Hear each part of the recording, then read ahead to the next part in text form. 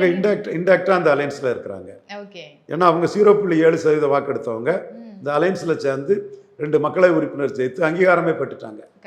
கலைஞரோட 1 உதயசூரியன் 1 தனிச்சின்னங்கிறனால அங்கீகாரம் பெறல. இதோட 2 தனிச்சின்னம் வாங்கி அங்கீகாரத்தை பெற்றுட்டாங்க.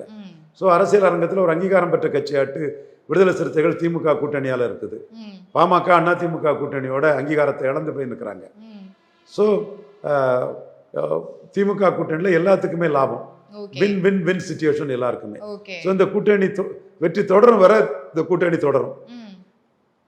ஒரு சிலர் சசிகலா கூட போயிடுவாங்க, எடப்பாடி கூட போயிடுவாங்க, அப்படி பலம் நிரூபிக்காத விஜய் கூட போயிடுவாங்கன்னா எழுதி படிச்சு கேட்டு சந்தோஷப்பட்டுக்கலாம். நடைமுறையில் நடக்காது. நடைமுறையில் அரசியல்வாதிக்கு லாபம் தான் குறி. அக்யூமுலேட்டிங் பவர் அமாசிங் வெல்த் தான் modern politics. Accumulating power amassing wealth தான் மாடர்ன் பொலிட்டிக்ஸ். அப்போ நீங்க வெற்றி பெற்ற ஒரு அணியை விட்டு பலம் நிரூபிக்காத விஜய் கிட்ட எல்லாம் போக மாட்டாங்க.